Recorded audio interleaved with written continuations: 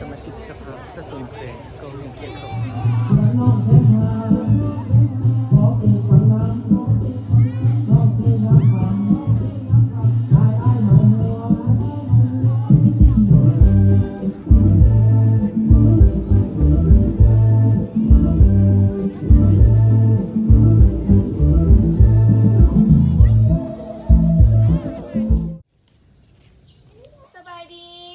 ทุกคนและตอนนี้ก็อยู่กับซ้องอลิสาสาวน้อยเวียงจันทน์เนาะแต่มือนี้โบเป็นสาวน้อยเวียงจันทน์แล้วมือนี้มาอยู่ที่หลวงพระบางเนาะเป็นสาวหลวงพระบางแทนแล้วเนาะมือนี้อลิสาก็คือเป็นการใส่ชุดเมืองหลวงเนาะสาวเมืองหลวงชุดหลวงพระบางเป็นการใส่ชุดหลวงพระบางครั้งแรกเลยทุกคนนี้ให้เบิ่งสุดแต่ว่าเกิบมือนี้ก็ยังบ่พร้อมเนาะที่จริงแล้วเขาจะต้องไปเปลี่ยนเกิบมีทีฟากนั้นก็คือฟากเชียงแมนนะทุกคนแต่ว่าหลายๆคนก็คืออยากพูดนะว่าเป็นอย่างอลิสาคือใส่ชุดนี้อลิสาจะใส่ชุดนี้ขึ้นเวทีเนาะเพราะว่าอลิสารับหน้าที่เป็นพิธีกรในงานบุญทรงเฮือและกับงานประกวดนางสาวเมืองจอมเพชรที่แขวงหลวงพระบางแล้วก็มื้อนี้ก็จะเป็นมื้องานแทนแล้วนะทุกคนแล้วก็เป็นเกียรติหลายนะที่ได้ใส่ชุดหลวงพระบางวันนี้สวยบอกให้คะแนนเต็ม10เท่าไหร่เนาะหลายๆคนอาจจะเคยเห็นอลิสาใส่เป็นชุดลาวชุดเสาลาวแต่ว่ายังไม่เคยเห็นหรอกว่าจะใส่ชุดหลวงพระบางแบบใดที่จริงชุดหลวงพระบางมันต้องเก้าผมนะทุกคนแต่ว่าในนามอันนี้เป็นพิธีกรเนาะก็เลยแบบให้นางสาวเป็นเก้าซะเนาะเขาจะเก็บทรงนี้แทนอาจจะแตกต่างนิดนึงนะทุกคนเดี๋ยวถ้ามีโอกาสมื้อหน้าเดี๋ยวอลิสาจะมาเก้าผมแล้วก็พร้อมกับชุดหลวงพระบางให้เบิ่งนะทุกคนเดี๋ยวอันนี้เขาอยู่วัดตอนนี้เขากำลังท่านะทุกคนท่ารถมาฮับเพื่อจะเดินทางไปวิธีงานประกวดเนาะเพราะว่าเขามาเศร้าสุดมาใส่เครื่องวิธีฟากนี้เนาะก็คือฟากในเมืองเขาจะบ่แน่ใจว่ามันเอิ้นว่าเมืองอย่างเนาะก็น่าจะเอิ้นว่าเมืองหลวง หลวงพระบางเมืองหลวงพระบางใจกลางเมืองนี่อันนี้ก็เป็นวัดบ้าอ่างคามเนาะชุดของเฮาใส่นั่นก็คือชุดจากเงินจันทร์เลยทุกคนเงินจันทร์แล้วก็วัดตัวนี้ก็คืออยู่ทั้งหลังเงินจันทร์เลยเนาะใครที่อยากมาเช่าก็สามารถมาได้อลิสาบริแจงนี่วัดเนี่ยไปหุงอันนี้วัดอย่างก่อนอันนี้วัดเชียงมวลนะทุกคนใครที่อยากมาเช่าชุดเนาะสามารถง่ายเข้ามาเส้นนี้ได้แล้วก็เข้าไปมันจะมีเช่าชุดเรือกับมีบอทายฮู้เป็นงั้นบูฮาเนาะ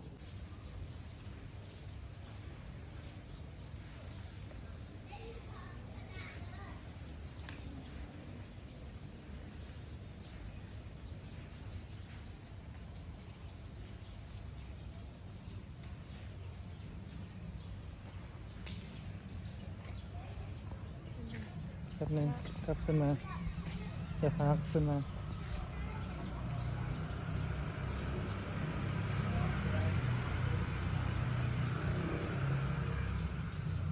สบายดีกล้องไหมอันนี้สาวน้อยเวียงจันทน์อันนี้สาวน้อยอย่างนี้คือได้ใส่ชุดนี้ที่ใส่ไปใส่ ไปเดินคือกัน เหมือนเปิดว่ะ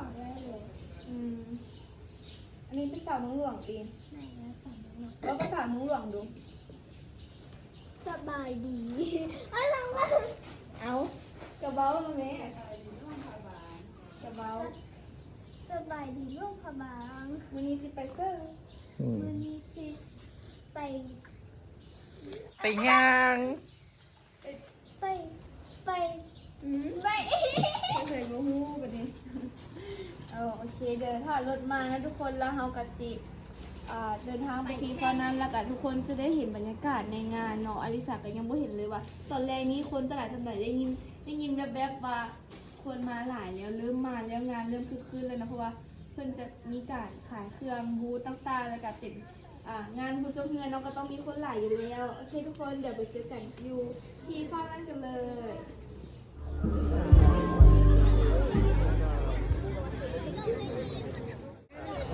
สมาชิกสภาสะสนแขวงกองหนึ่งเกียรติครับ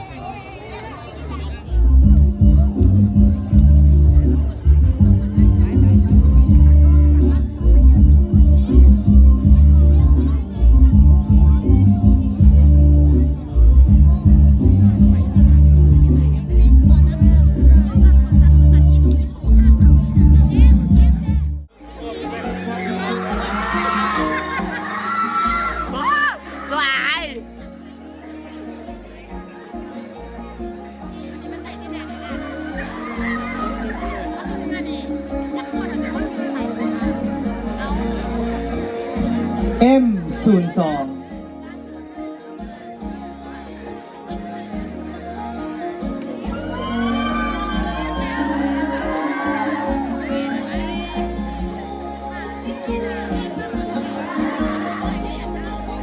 สบายดีเอ็มซุปซองจากสิงจากกระบางอายุ16 ปีเขียนอยู่เรียนมอซอบักเล่นดองแหนจ้าหมาน้องสองปาร์ตี้ประจำใจข้างน้องให้ถือความพยายามในความแก้เพลงความสร้างเล่นก็ขับใจ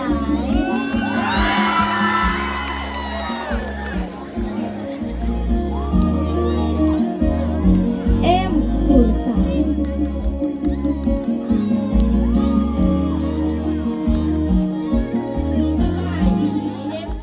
างพุทธมณีดวงศักดิ์อายุ17 ปีเรียนอยู่ที่โรงเรียนหมอซ้อจอมเพชรตัวแทนมาจากบ้านเสียงแมนคติประจำใจของน้องแมนน้ำนะแบบมีเสน่ห์สดใสจากภายในพ่อขอเจอ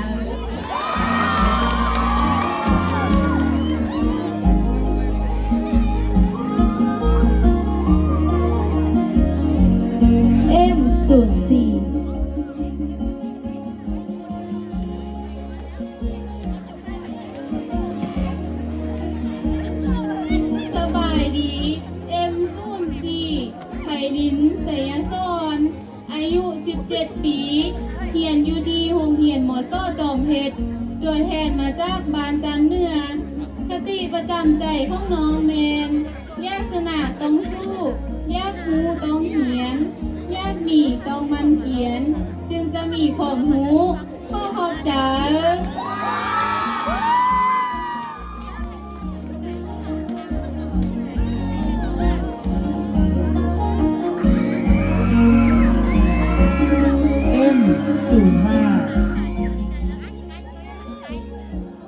สบายดี M05 นีวานวันสี่อายุ17 ปีมาจากโรงเรียนมาสอบปักลึงมาเลยตัวแทนจากบ้านปักลึงคติประจำใจของน้องแมนความคิดดีความเว้าดีในการประพฤติดี สร้างความหลังให้แก่ตัวเขาข้อขอบใจ M06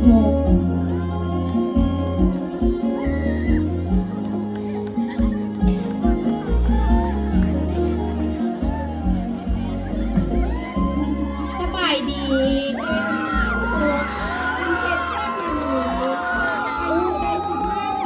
รียนอยู่โรงเรียนหมอซ้อจอมเพชร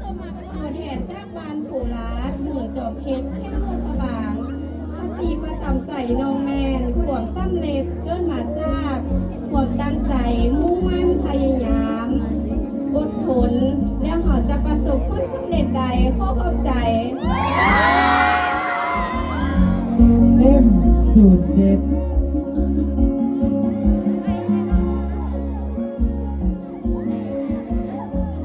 สบายดี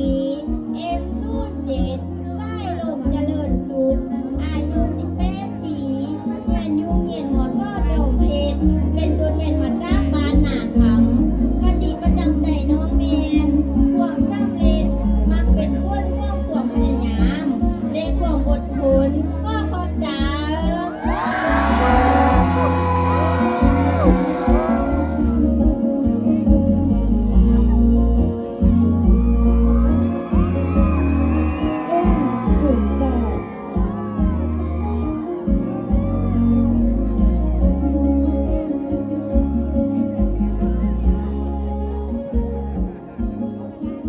สบายดี M08 มาได้ลักมีลาวัน อายุ 17 ปีเรียนอยู่ที่โรงเรียนหัวซ้อจอมเพชรตัวแทนจากบ้านเสียงแมนเมืองจอมเพชรแห่งว่าพระบาง คติประจำใจของเรามีอยู่ว่า อย่าหยุดตามฝันของตนเองตามได้ที่เขาอย่างบ่ประสบความสำเร็จข้อขอบใจ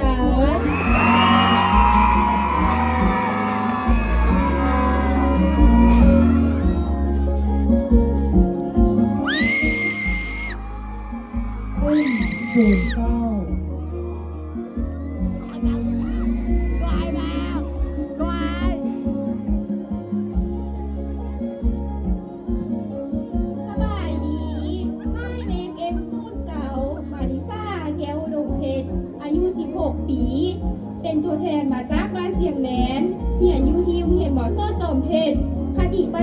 ของน้องแมนสิ่งที่เฮาควรเฮ็ดนั่นก็คือความดีสิ่งที่เฮาควรมีนั่นก็คือคุณธรรมสิ่งที่เฮาควรจำนั่นก็คือผู้ที่มีพระคุณข้อขอบจ๋า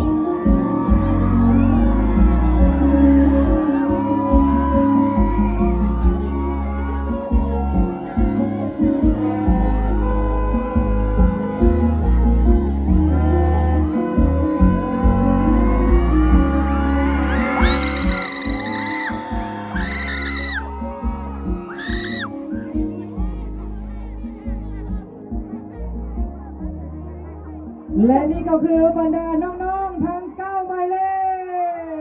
ขลำดับต่อไปพิธีกรจะขออนุญาตเปิดโหวตอย่างเป็นทางการ กองเชียร์ทรงเชียร์ไผ่สามารถเอาดอกไม้มาให้น้องๆนางสาวทั้ง9หมายเลขได้เลย เสียหมายเลขใดหมายเลขใดสามารถเอาดอกไม้มาให้หมายเลขที่ตัวเองเสียได้ เพราะว่าในหอบนี้บอกได้เลยว่าเป็นหอบสำคัญอีกหอบหนึ่งเป็นบอลิสา ไปแล้วไอ้ก่อนและ1 ดอกต่อ1 คะแนนเท่านั้น และคนที่จะได้ดอกไม้หลายที่สุดในครั้งนี้แมนจะได้รับรางวัลเป็นขวัญใจมวลชนเนาะ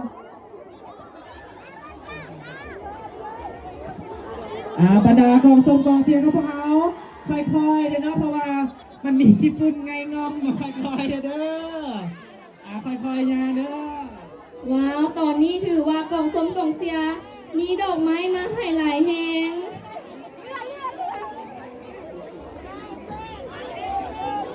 และตอนนี้กองส้มกองเสียของพวกเขากำลังทยอยโหวตให้กับบรรดาน้องนางสาว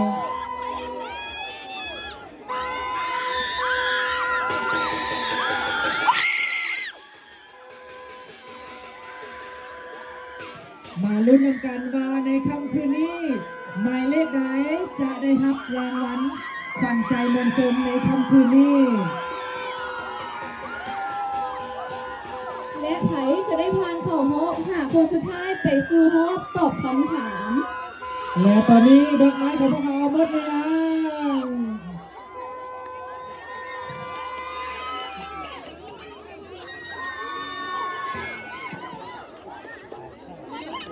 เหลือเวลาเพียงแต่1 นาทีเท่านั้นเนาะพวกเขาจะมีการปิดโหวตอย่างเป็นทางการ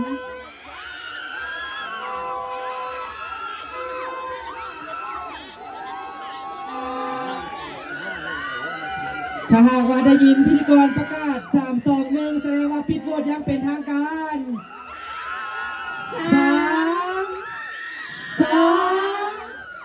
1ปิดโหวตอย่างเป็นทางการ ว้าวถือว่าดอกไม้แต่ละน้องถือว่าสูสีกันแฮง เบิ่งบ่ออกเลยว่าหมายเลขใดจะได้รับรางวัลขวัญใจมวลชนและต่อไปเพื่อให้น้องๆได้มีการพักผ่อนและเกี่ยมพร้อมในรอบต่อไปฉะนั้นและเพื่อเป็นการรวมคะแนนฉะนั้นขอเชิญน้องๆน้องๆเขาพักผ่อนได้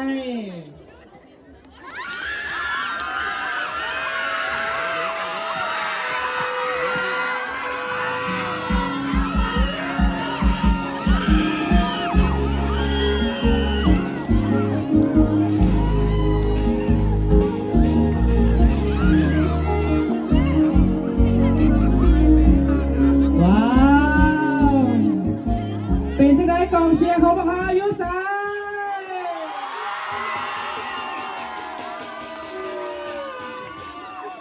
อลิซาเอามาเช็คบนกองเชียร์ว่ากองเชียร์หมายเลขใดจะแบบ มาอัดเต็มมื้อนี้นะ เจ้า และหมายเลข01มีไผมาเสียบ่ กองเสียส่วนหนึ่งอยู่ซ้าย02เด้03อยู่ซ้าย หมายเลข04เดมีบ่05เด้ไม่ได้05ยอมบ่ ขอเสียง F06 แม่ M07 เด้อยู่ซ้าย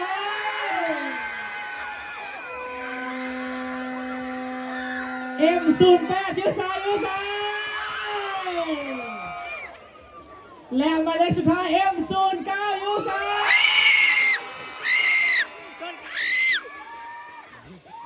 ว้าวฟังเสียงจากกองเสียแล้วอยากให้ทุกหมายเลขได้รางวัลที่1หมดเลย แม่เพราะว่าแต่ละคนคือเก่งคือกันและกันงามคือกันหมดเลย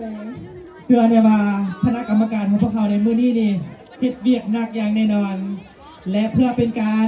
สับเปลี่ยนบรรยากาศ ขอเชิญทานหับทรงศิลปะจากโรงเรียนมสจอมเพชรมาในบทฟ้อนเซิ่งบุญสวงเหือ เชิญติดตามรับชมได้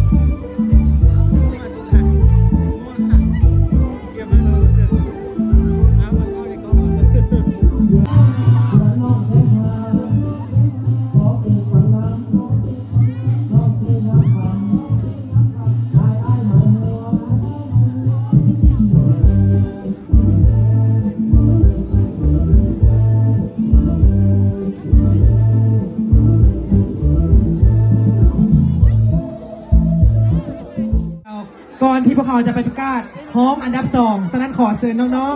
ๆถอยหลัง19เนาะเพื่อที่ว่าพวกเขาจะได้มีเวทีในการประกาศ และน้องๆถ้าหากว่าได้ยิน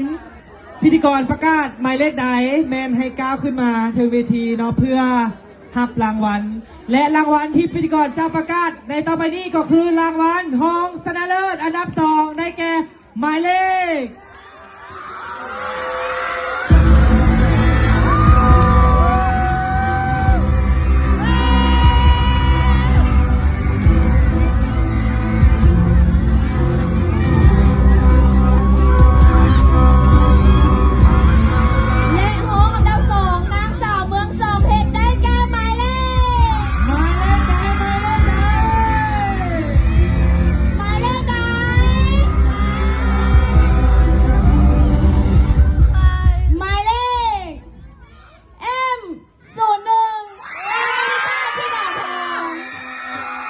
แสดงความยินดีกับหมายเลข M01 ซึ่งได้รับรางวัลพ้องอันดับ2ในค่ำคืนนี้ซึ่งรางวัลพ้องอันดับ2จะได้รับรางวัลเงินสดจำนวน2 ล้านกีบและสายสะพายประจำตำแหน่งขอเห็นเสริญทานวีรพงษ์พงษ์ดาราคณะประจำพรรคเมืองจอมเพชรต่อไปพิธีกรจะประกาศรางวัลรองชนะเลิศอันดับที่1ตอนนี้พวกเราเหลือเพียงหมายเลข M09 M08 M06 และ M03 และพิธีกรจะประกาศต่อไปนี้ได้แก่หมายเลข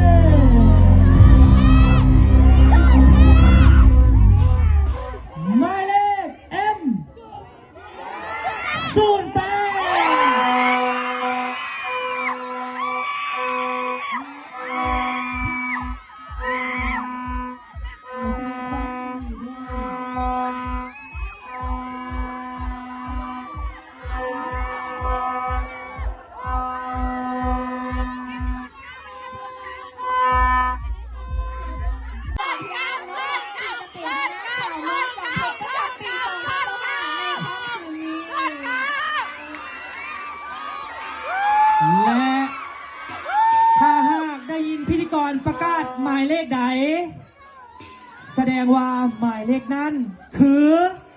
นางสาวเมืองจอมเพชรประจำปี 2025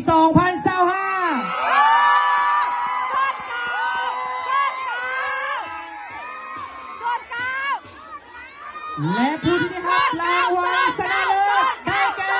หมายเลข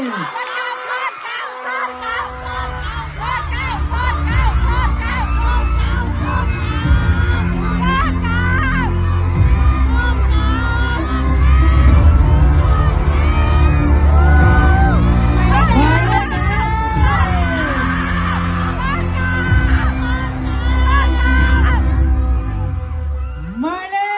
ขหมายเลข